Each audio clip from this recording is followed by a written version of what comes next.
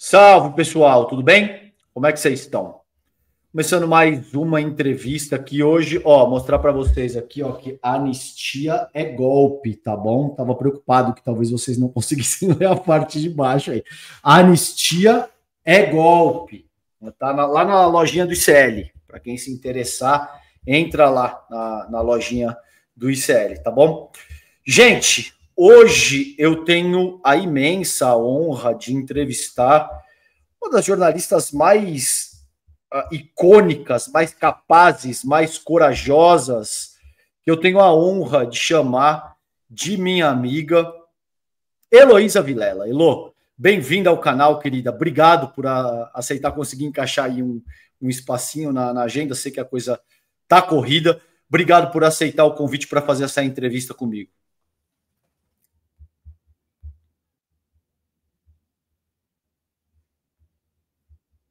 Vai bater o papo aqui, né?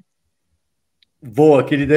Acho que estava sem áudio no começo aí, não sei o que aconteceu, estava sem teu áudio entrou aqui. uma chamada aqui que não podia entrar, e aí eu fui desligar. Boa. Não, mas geralmente para Elo Vilela é bom, assim, é sempre notícia quente do bastidor. Se for o caso, a gente espera também, para dar em primeira mão aqui no canal, não tem problema nenhum. Vamos lá, querida. Vamos lá. Elo, obrigado, então, por aceitar o convite. Que honra, minha irmã, te ter aqui no canal. Vamos começar falando um pouco, Elo, estourou aí essa questão do INSS, né? E eu sei que você acompanhou coletivas, você está muito em cima, a gente falou um pouco disso no N1, ali no ICL. Então eu vou te pedir para começar essa conversa fazendo um arrazoado. O que a gente sabe até aqui? Conta para a nossa audiência do que se trata essa questão do INSS e em que ponto a gente está com essa questão nesse momento, por favor. Olha só, César, o que acontece é que tinha um grupo de associações, organizações, usando a prerrogativa, né, que existe hoje de criar um programa junto ao INSS para oferecer uma série de serviços e descontos para aposentados e pensionistas. E, na verdade, eles, em vez de oferecer esses serviços, eles estavam tomando o dinheiro dessas pessoas, estavam na mão grande levando dinheiro de pensionistas e de aposentados. É uma situação que agora a gente descobriu que se arrasta há muito tempo e que foi só agora, no governo Lula, que começou a ser investigada pela Controladoria Geral da União.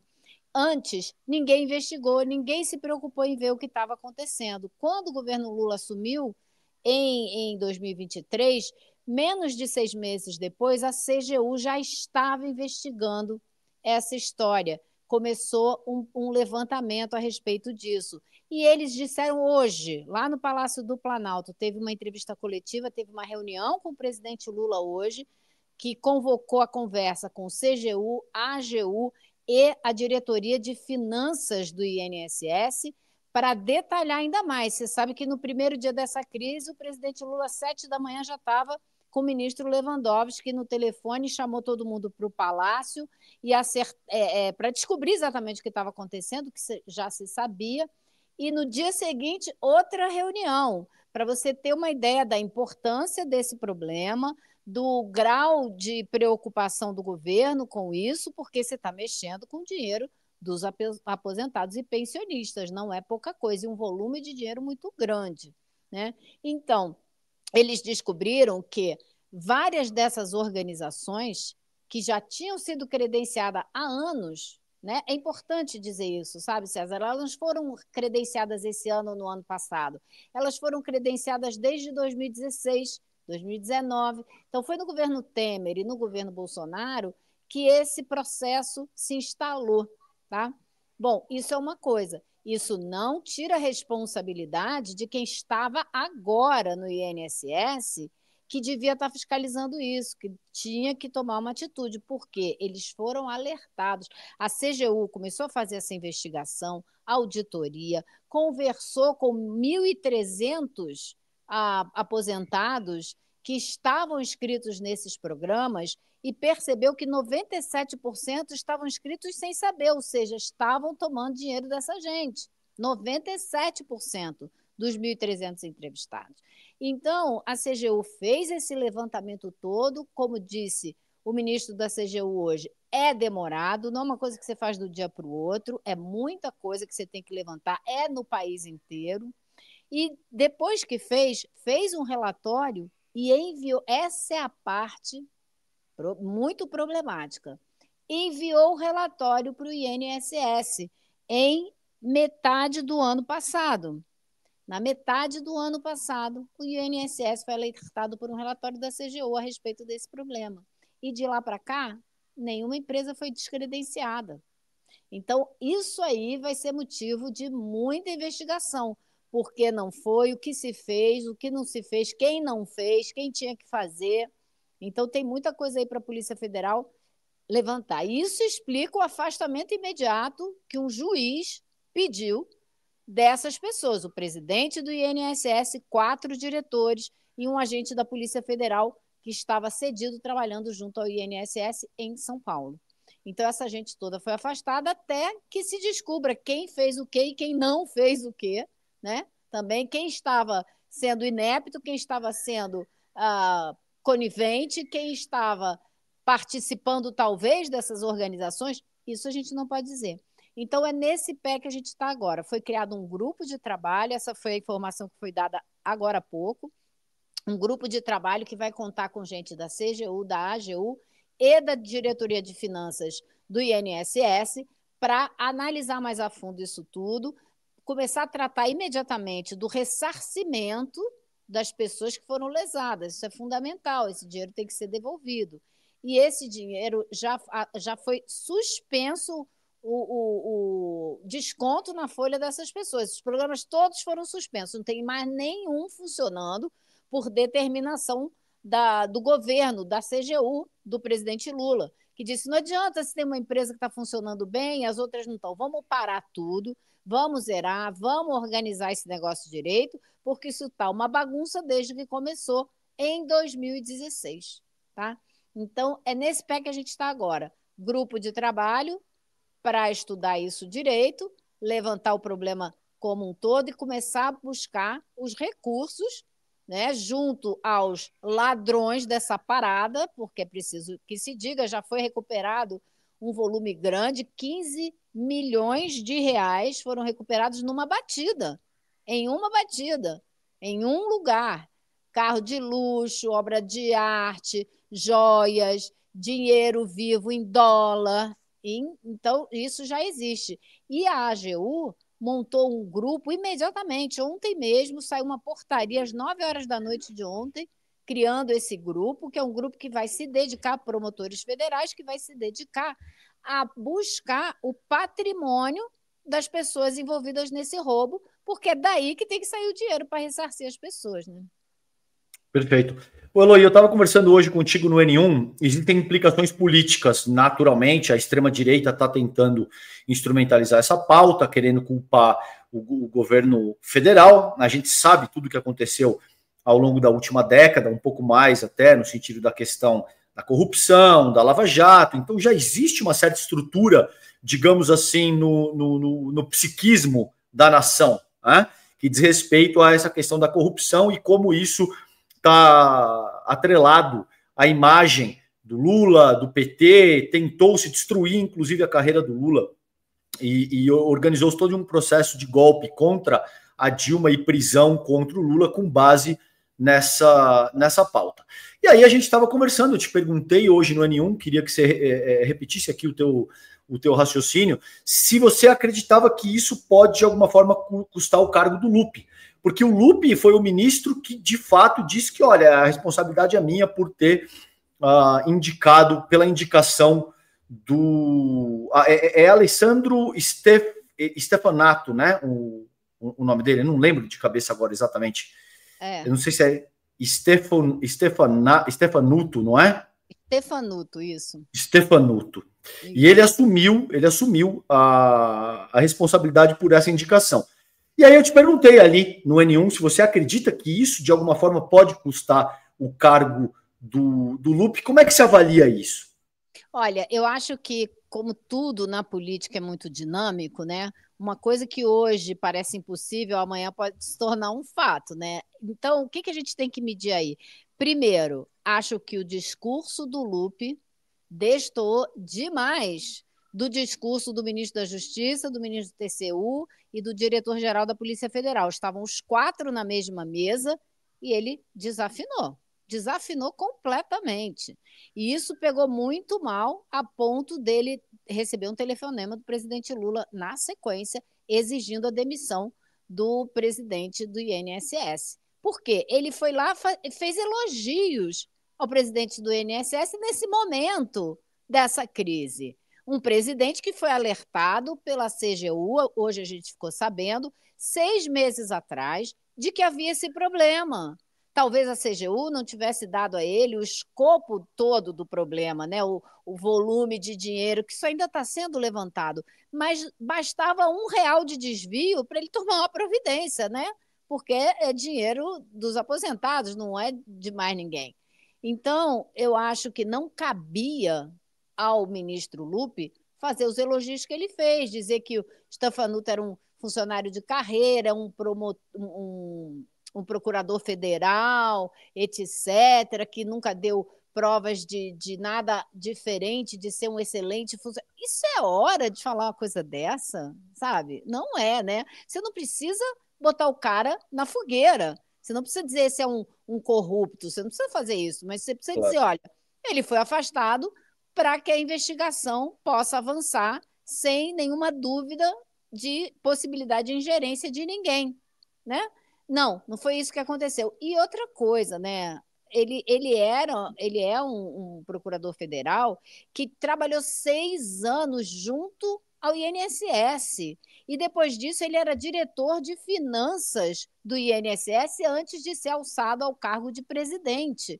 Então, fica muito difícil imaginar que ele não tivesse conhecimento de nada disso. Mas a gente não pode botar a mão no fogo. Então, esse é um lado da questão. O Lupe desafinou demais, isso pegou muito mal. O outro lado da questão política é o momento em que o governo Lula se encontra, se ele tem condição política de abrir mão de um aliado.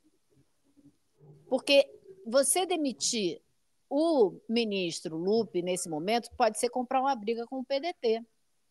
Enquanto o governo não costurar com o PDT uma saída para isso, né, que seja aceita pela bancada do PDT, ele não vai poder mexer com o Lupe, me parece, nesse momento. Se a gente estivesse num momento político em que a popularidade do presidente Lula tivesse em 60%, ele podia mandar embora na mesma hora, né?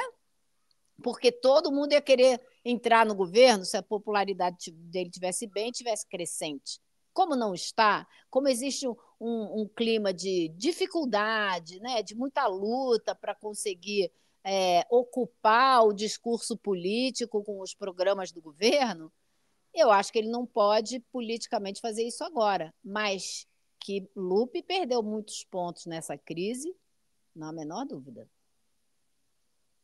E aí, Elô, a extrema-direita está batendo muito numa questão que tem o Frei Chico está envolvido com um dos sindicatos que aparentemente estaria envolvido com o processo de fraude. É isso mesmo? O que a gente já sabe até esse ponto, considerando qual é a participação do Frei Chico, irmão do presidente Lula, nesse contexto? Olha, a única coisa que a gente sabe é que ele é sindicalista, ele tem cargo de direção, né? Ele não é presidente do sindicato, mas ele tem um cargo de direção. E esse sindicato está na lista dos 11 que a Polícia Federal apresentou como sendo suspeitos de estarem fazendo esse tipo de operação. Fora isso, a gente não sabe nada. Inclusive, durante a coletiva, isso foi questionado. E o ministro da CGU disse: Nossa, você está me contando uma novidade. Primeiro, que eu não sabia que o irmão do presidente ou que algum parente do presidente estava envolvido em sindicalismo. E segundo, que não existe nenhum mandado com o nome dele. Então, por enquanto, não existe, né? Porque, olha, teve 6 pessoas com mandado de prisão, 5 foram presas, uma está foragida. Então, se houvesse alguma implicação maior, a gente já saberia. Por enquanto, não existe nenhuma. Então, não se pode dizer, porque um sindicato, né? Se é um sindicato maior, você pode ter uma diretoria, um diretor financeiro que está metido numa operação dessa e que outras pessoas do sindicato não saibam, que estão mexendo com a área política e não estão mexendo com a área financeira. É possível também? É possível também. Então a gente vai ter que esperar. Até o momento não se sabe de nenhum envolvimento direto dele com essa operação. Perfeito. Elô, eu vou girar a pauta aqui contigo, tem muita coisa que eu quero abordar durante essa entrevista, mas eu quero falar um pouco da intimação do Bolsonaro na UTI. Tá? O Demore... Era sem tempo, né, meu? Exato.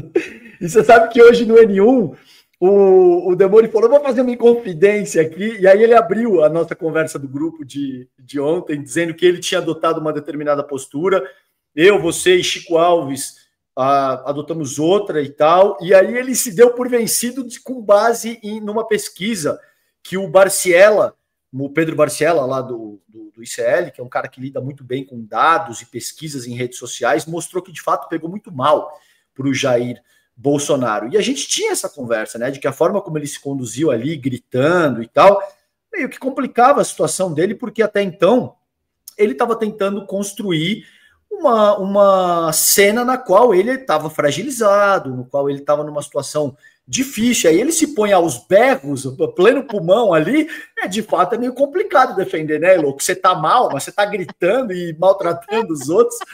Como é que você avalia isso, cara? Queria te ouvir um pouco a respeito desse tema. Primeiro que ele é um mal educado absurdo, porque não se trata ninguém assim. A oficial de justiça estava ali simplesmente fazendo o trabalho dela, cumprindo uma determinação. Então ele não tinha nada que fazer aquilo. Mas ele fez uma cena, né, Calejão? Tinha lá uma pessoa filmando para ele poder botar nas redes sociais dele. E agora eu acho assim, primeiro, tinha que levar, claro, pessoa que está bem para ficar fazendo live, sentado no eu ia falar hotel, porque ele trata o hospital como se fosse um hotel, né? Então, tá lá no quarto do hotel dele, fazendo lives e outras coisas, e dando entrevista remota. Ele pode assinar um papel, né? Um papel que ele sabe que ia chegar para ele há vários dias, ele já sabia. Então, eu acho duas coisas nisso aí, sabe, Calejão? A primeira, a gente vive reclamando, a gente passou quase 8 meses reclamando que a justiça estava lenta demais. Como que não sai esse processo de uma vez? Como que esse cara ainda não está sendo processado? Aí, na hora que vão lá entregar a intimação para ele, a gente vai reclamar. Ai, podia ter esperado mais um pouco. Não podia ter esperado mais nada. É para ontem isso. Esse processo tem que acabar antes de setembro, para não embolar com a eleição do ano que vem. Entendeu? Tem que acabar enquanto ele está vivo, para ele ver e as pessoas verem a responsabilidade dele nessa tentativa de golpe, para a gente ter a oportunidade de voltar a mostrar para a população brasileira quem é esse indivíduo que defendia a tortura, que defendia o Ustra, né, que queria matar mais gente, como disse muito bem o líder do PT na Câmara, o Lindbergh Faria, numa entrevista que ele me deu no fim de semana passado.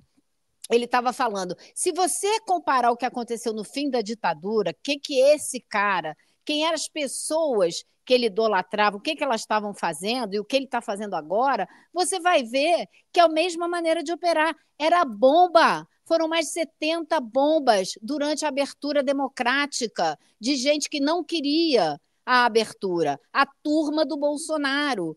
A banca de jornal com bomba, Rio Centro com bomba, OAB com bomba, e agora bomba na tentativa de bomba no aeroporto de Brasília, né? Bolsonaro queria botar bomba no Guandu para exigir aumento de salário.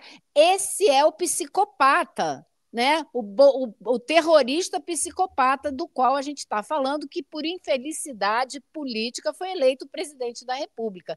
Então esse é um ponto. O outro ponto que me incomoda demais nesse raciocínio de que, mas pô, não pode dar palco pro cara, porque senão a extrema-direita vai para a internet e vai pegar esse vídeo e vai... Então, vem cá, o que a gente vai fazer? Daqui a pouco a gente está fazendo tudo que a extrema-direita quer só para ela não reclamar? E onde ficam os nossos princípios? Onde fica a justiça? Onde fica a defesa da democracia? Não, meu amigo. Se a extrema-direita vai espernear, deixa ela espernear. Essa disputa política tem que ser feita. E não é fazendo de conta que a gente concorda com eles que a gente vai fazer essa disputa política.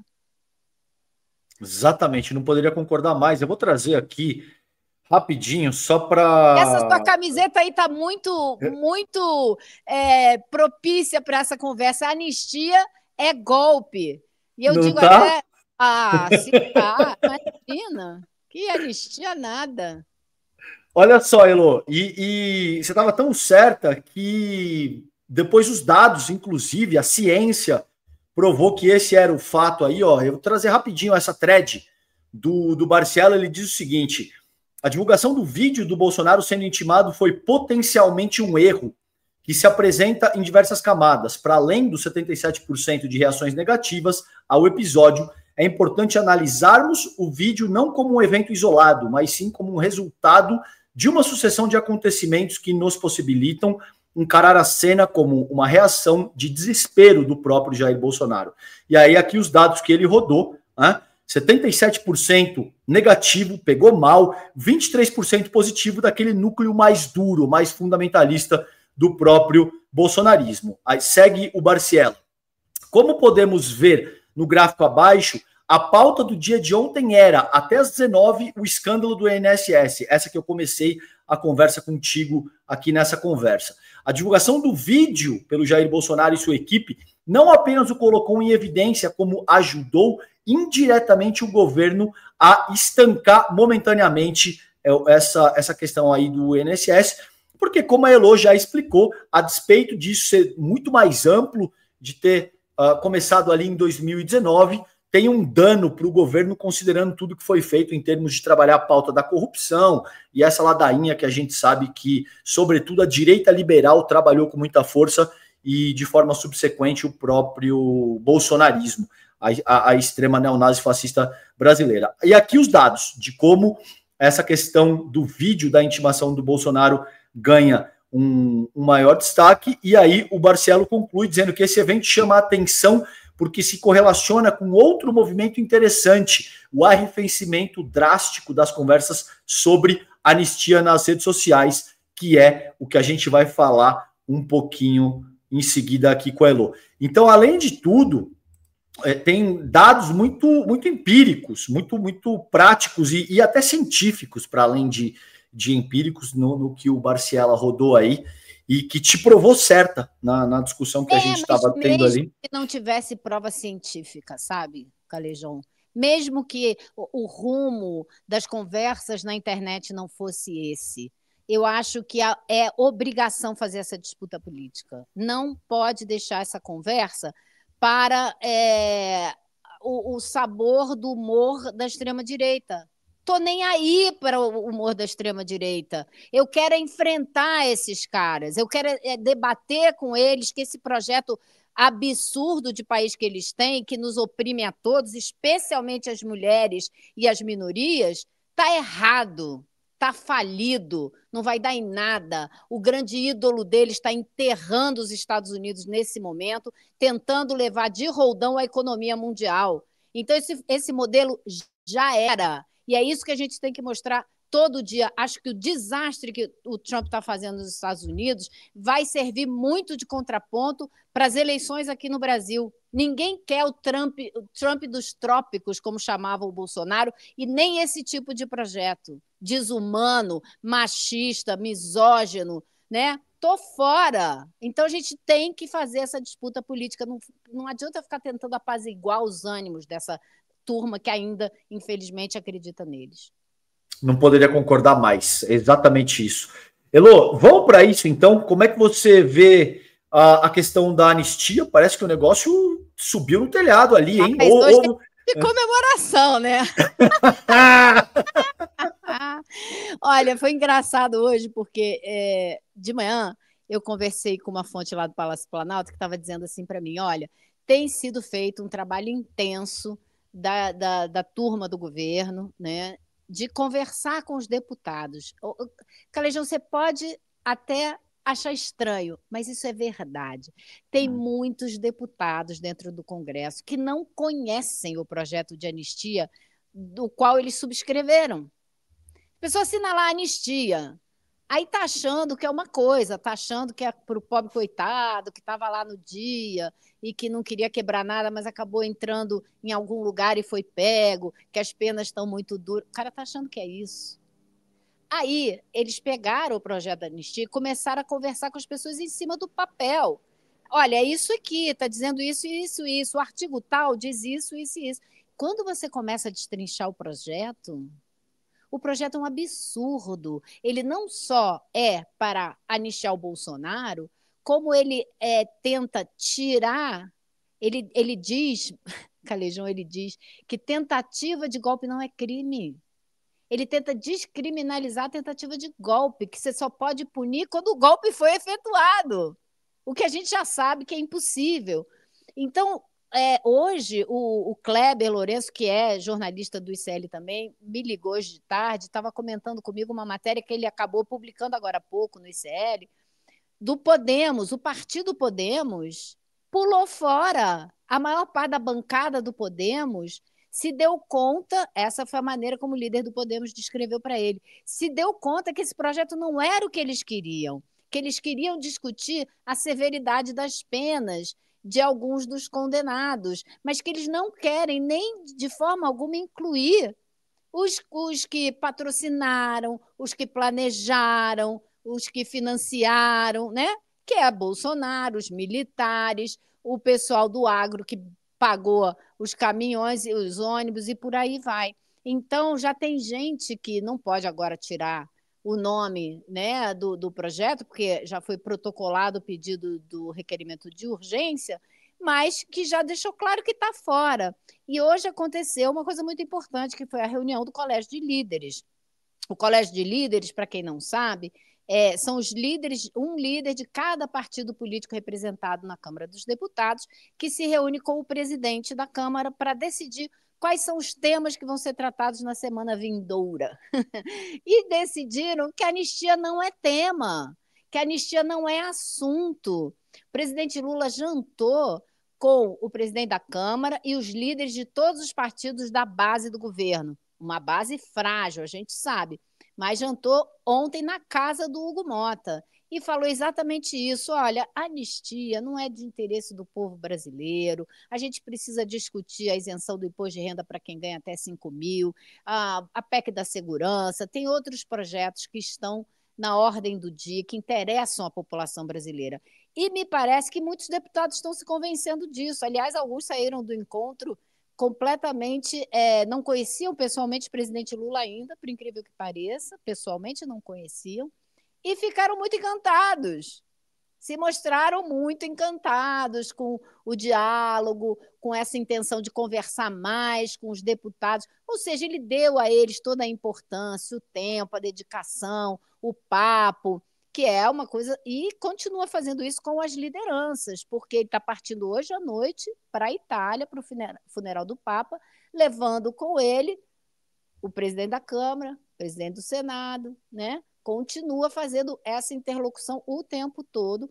Ele apresentou o projeto da PEC da segurança para os dois no Palácio do Planalto, chamou o Hugo Mota e o Davi Alcolumbre e apresentou a eles o projeto antes de mais nada, para depois ser encaminhado para o Congresso. Então, existe esse esforço de diálogo que me parece que está dando algum resultado, viu, Calejão? Acho que existe um clima mais... Não quer dizer que o Centrão e a direita vão votar tudo que o governo quer do jeito que o governo quer. Uhum.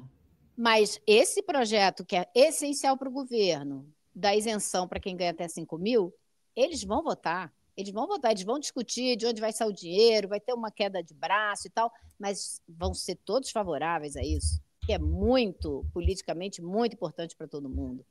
Então, eu acho que é isso. Eu acho que não sei nem onde que a gente tinha começado esse tópico aqui. Eu saí falando um monte de coisa, já não sei nem. Não, tá maravilhoso. Não, tá maravilhosa, como sempre. Elô, e aí, eu não sei se você tem. Eu tenho conversado com parlamentares, eu não sei se isso tem algum fundamento ou não, gostaria de ouvir de você. Você tem muito trânsito aí em Brasília e tal. E eu ouvi de duas pessoas e um analista, que é uma pessoa que eu gosto e confio muito, principalmente o analista. Parlamentar, eu sou sempre um pouco mais receioso para ouvir. Muda o vento, muda o que eles falam, né? Muda o discurso, muda a agenda. Você sabe muito bem como é que esse tipo de coisa funciona. Agora, o que me foi dito é que é o seguinte: olha, César, conforme o PL da anistia faz água, essas pessoas vão começar a insistir de que o artigo 53 da Constituição Federal, o terceiro parágrafo, dá conta de que a sustação da ação penal ajuizada em favor de um parlamentar pode se aplicar nos casos de crimes cometidos após a diplomação do mandato em curso. É isso que diz, eu estou lendo aqui o terceiro parágrafo do artigo 53, e segundo pessoas com as quais eu conversei, me disseram que eles acreditam que aí tem uma base legal mais sólida e um caminho possivelmente mais rápido, mais imediato do que tentar aprovar o PL da anistia. Por outro lado, hoje... Mas só para o parlamentar, isso é só para o Ramagem, para mais ninguém. E aí isso abriria um precedente com base no Ramagem. É isso aí que eu queria te ouvir. O que você acha? O medo que existe... O medo não. A suspeita que existe é de que, enquanto está fazendo barulho com esse PL da anistia, sabendo que não vai dar em nada, a extrema-direita está se articulando para fazer outra coisa, que é aprovar na CCJ retirar o Ramagem desse processo de julgamento, né, com base exatamente nesse artigo que você estava falando, para depois, aí eu não sei, mas para depois, essa é a suspeita, tá? Para depois apensar o processo inteiro do julgamento da anistia a essa história do Ramagem. Entendeu? Então já que a gente conseguiu retirá-lo do caso, então vamos apensar todo o resto do processo a isso. Acho que não tem menor base legal, mas pode ser outra manobra para dar trabalho, encher o saco, desviar a atenção das discussões que são realmente importantes para a sociedade brasileira. Eu ouvi essa conversa também. Eu não sei até que ponto vai a possibilidade, até que ponto pode andar isso, porque como você viu hoje, o presidente da Câmara já disse que, por exemplo, não vai pautar anistia. Você acha que ele vai se arriscar a pautar esse tipo de projeto? Ele não vai pautar anistia porque ele está procurando apaziguar a relação do Congresso com o STF. Ele vai comprar uma confusão dessa para discutir todo o processo que está lá no STF? Duvido, mas duvido. Então, acho que isso não tem a menor chance. Pode ter motivo de fazer barulho, né, da extrema-direita, mas eu acho que não chega a nada. Espero que eles façam, porque eles vão ficando cada vez mais isolados dentro do Congresso. Claro que eles são um bloco majoritário, com 90, 93 votos, né, algo assim, mas sozinhos eles não fazem nada, né? Exato. Me parece que é exatamente isso e eu concordo com a tua análise. Deixa eu te perguntar uma outra coisa, Elo, que aí é uma pauta que eu sei que te mobiliza emocionalmente muito mais e é muito mais dolorosa. Não sei por que entrou isso aí de seja membro, viu, Elo? Eu sou péssimo aqui em operar. Não sei de onde saiu. Ih, meu Deus do céu. Saí apertando.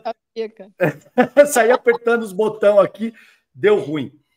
Elo, você foi, acho que talvez a primeira jornalista brasileira a estar ali na região de Gaza. Acho que não sei se você chegou a entrar na Cisjordânia, no West Bank, ali em Gaza, de fato, ninguém entrou.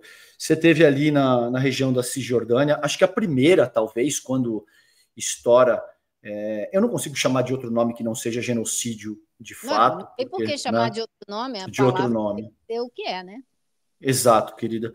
Eu queria ouvir de como é que, do que você viu, do que você viveu ali, do quanto tempo você ficou, o que mais te impressionou no sentido daquilo que você quer contar para os nossos espectadores nesse momento, e como é que você vê a sociedade internacional, né, a inércia, a cretinice de uma sociedade internacional que há quase 2 anos agora convive com o extermínio do do povo palestino. Queria que você me contasse, relatasse um pouco a tua experiência.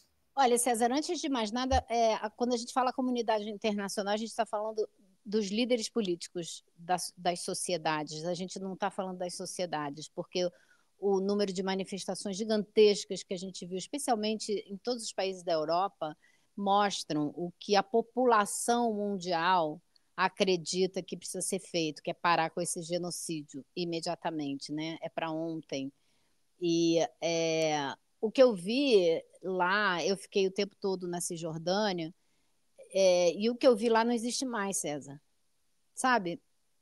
A Cisjordânia que eu conheci já acabou. E isso não é Gaza. Está sendo toda destruída e ocupada por Israel, sendo anexada por Israel. E quando eu estava lá, eu não sei se você se lembra, teve um dia que eu consegui saber, através de fonte não primária, secundária, uma pessoa que conversou com outra que estava na reunião do governo da Autoridade Palestina. E que nessa reunião foi dito que o plano de Israel era esvaziar Gaza e depois fazer a mesma coisa com a Cisjordânia. Eu dei essa notícia no ICL. E a gente está vendo exatamente isso. Agora, hoje, o líder da Autoridade Palestina, o Mahmoud Abbas, fez um discurso raivoso dizendo que o Hamas tem que entregar os reféns e depor as armas, porque ele está matando o povo palestino. Então, agora, a vítima é que é culpada pelo seu genocídio. É assim, né? Então, o que eu vi em Ramala foi muita gente reclamando de como a autoridade palestina é vendida, totalmente vendida para os interesses de Israel. De Israel, cara, de Israel é difícil até de começar a falar. Mas essa é a população primordial que tinha que estar na rua, que tinha que estar exigindo o fim do genocídio, que está sendo feito em nome dela. A população de Israel tinha que estar na rua todo dia, 24 horas por dia, exigindo o fim desse massacre, né? Eu li uma matéria hoje muito forte no Haaretz, que é o jornal israelense, é um jornal mais progressista, né? Falando do assassinato daqueles 15 paramédicos do Crescente Vermelho, que Israel não só assassinou a sangue frio, com tiro no tórax, na cabeça, tiro de perto, não foi de longe, enterrou todos eles, enterrou os carros deles para tentar apagar o assassinato, para tentar apagar o crime, não conseguiu. Eu li uma matéria que fala disso, mas vem falando assim, que a fumaça dessa situação de vez em quando se dissipa e abre uma janela para a gente israelenses, ele está falando, para a gente ver o que realmente está acontecendo. E o que está, aí ele vem narrando. Ele narra aquela história daquele pai que estava com uma bandeira branca, de mão dada com o filho, e foi assassinado por um atirador de elite israelense, do lado do filho. Aí ele fala, outra janela que se abriu foi quando... E aí vem narrando os casos mais escabrosos que a gente viu desse genocídio até hoje, nos últimos 2 anos. E aí ele termina com o caso desses paramédicos do Crescente Vermelho, o absurdo, né, que foi esse assassinato. Eles estavam em ambulâncias marcadas, colete, todo mundo viu quem eles eram, o que eles estavam fazendo. E ele termina, se você me permite, com uma frase que eu achei que assim é perfeita. Ele termina o artigo dizendo o seguinte, e eu vou traduzir aqui de improviso. O preço disso tudo, né, que a sociedade israelense está topando ou permitindo, né, ou por mal ou bem autorizando, vai ser muito mais alto do que se pensa. E a imagem que a sociedade israelense verá refletida no espelho, o preço será muito mais alto, será a imagem que a sociedade israelense verá refletida no espelho quando essa fumaça toda se dissipar de uma vez.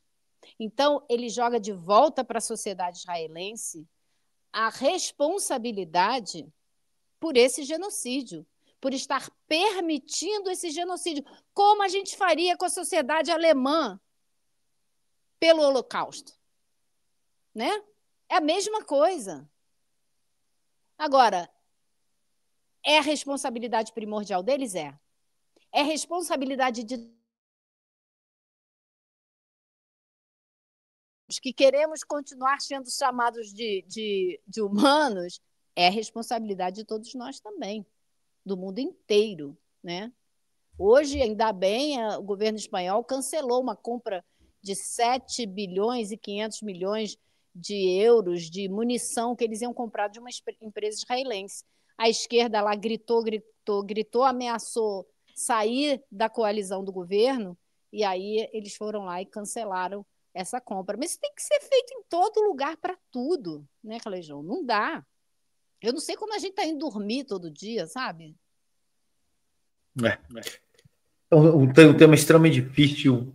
Toda vez que eu falo isso, eu tenho que me controlar para não chorar, porque é algo assim, é muito doloroso e, sobretudo, Elô, eu sei que é um olhar bastante individualista da minha parte, mas faz 2 anos que a gente vem fazendo contagem de corpos, todos os dias. Você entra no estúdio e hoje morreram tanto e tal. E, sobretudo, eu lidei com isso durante a gravidez da minha mulher. Você sabe, meu filho nasceu recentemente. E toda vez que eu chegava em casa... Não, vontade de chorar falando isso. Eu tinha que lidar com isso e pensando quantas crianças não tinham sido assassinadas, quantas mulheres grávidas não tinham sido mortas naquele dia, quantas mulheres não estariam soterradas sob escombros, lutando pela própria vida, quantas crianças não estariam sendo amputadas sem anestesias. E é muito difícil, é muito doloroso ter que lidar com isso reiteradamente, sem poder fazer nada, ter que noticiando isso com um certo nível de profissionalismo, buscando não se emocionar para não chorar no ar, que é basicamente o que eu estou fazendo aqui. Aqui muito menos, porque aqui é meu canal, é nosso canal, então... Olha, Carlinhos, eu vou te falar honestamente, eu já abri mão disso há muito tempo. Quando eu entro no ar para falar disso e eu me emociono, eu não quero nem saber. Eu me emociono mesmo. Eu não sei o que fazer, o que mais fazer, né? A gente fica aqui tentando botar uma pedrinha minúscula numa construção que seja capaz de impedir esse genocídio, seja capaz de libertar a Palestina do rio ao mar de uma vez por todas, né? E a gente se sente uma titica, porque a gente não consegue nada, cara. A gente não consegue mudar uma vírgula nessa história. No nosso tempo histórico, a gente está vendo um genocídio, cara. Isso é insuportável, sabe? Eu não sei mais o que fazer, eu tenho vontade de sair gritando pelo meio da rua, sabe? Eu não sei mais o que fazer. E eu acho que esse assunto está ficando esquecido, fala-se pouco, sabe? Tinha que se falar muito mais, tinha que ser todo dia, tinha que falar disso. E está sendo varrido para debaixo do tapete. Elô, quero te agradecer demais, querida. Antes, só quero fazer um registro aqui contigo. Enquanto eu estava falando contigo, me chegou informações seríssimas de bastidor. Tá? Eu ainda preciso apurar melhor. Apurar isso melhor, mas eu quero deixar registrado que, aparentemente, a condição clínica do Bolsonaro se deteriorou muito, muito. E que o intestino dele está parado e que os médicos estão de braços cruzados nesse momento. Não tem muito o que fazer e ele vai fazer uma tomografia daqui a 15 minutos. Agora, pelo menos ele assinou a intimação, o Bolsonaro. Pelo menos ele assinou eu não vou fazer a hipócrita. Sim. Eu não vou fazer a boa samaritana. Eu não sou uma pessoa tão boa assim. Gostaria de ser. Eu não vou sofrer se ele partir. Não, concordo. Não consigo ter empatia de fato com o Bolsonaro. 800.000 mortes ele É. leva nas costas, E sabe? debochando, Elô, debochando. E Né? debochando, a gente não pode se esquecer disso. Eu não sou copeiro, fazendo de conta que estava ficando sem ar. Que ser humano é esse, sabe? Posso ter todas as divergências políticas com muita gente, mas você tem que ter um pingo de humanidade, né? Um pingo, não tem. Então vamos ver o que vai acontecer, né? Mas eu acho bom que pelo menos ele assinou a intimação. Exato, e pode ter uma mudança drástica aí. Aí isso não tem como negar, né? Que uma possível morte dele vai implicar uma avalanche, como é que essas coisas vão se reorganizar, enfim, aí as pedras... Eu acho, Calejão, a primeira coisa que vai acontecer é uma luta fratricida entre a extrema-direita. Vou comprar pipoca. Quero que eles briguem. Muito, muito. Quem que o Malafaia vai abraçar agora? Exato. Né? É. Então, vai mexer nessa equação. Quem vai querer o abraço do Malafaia também? Exatamente. Agora, de novo, né, por isso que eu fiz questão de salientar aqui, carece apuração, isso são informações de fontes confiáveis e tal, mas a gente ainda vai ter que, de fato, apurar para ver. Me parece que é fato, porque isso vem de gente que está lá nesse momento, que ele tem uma tomografia marcada para as 18 horas do isso dia 24 de abril. Queria fazer uma tomografia. E tudo vem apontando para uma deterioração do quadro dele, né? Não seria algo assim, uau, que surpresa do nada. Não, do nada não. Isso já era uma indicação que era possível que isso caminhasse nessa direção, né? É isso aí. Então a gente deve trazer atualizações aí na grade, sobretudo do ICL Notícias, talvez em caráter urgentíssimo ainda hoje, ou possivelmente amanhã no N1 e ao longo da nossa programação. Querida, quero te agradecer demais pela tua coragem, pela tua técnica, é uma honra poder te chamar de minha amiga, minha irmã, estar do seu lado na linha de frente todos os dias.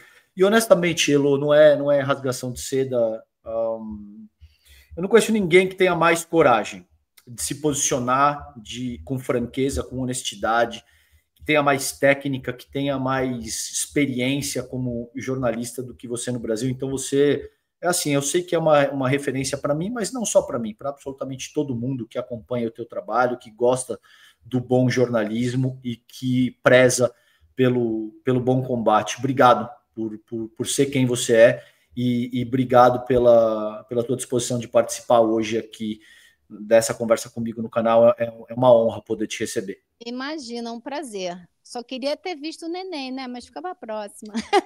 Vamos organizar. Ele está esperando a Dinda aqui em casa para poder te dar um beijo também. Manda um beijão para ele e para a mamãe, tá bom? Um beijo enorme para você também, meu amor. Beijo, querida. Obrigado. Tchau, tchau.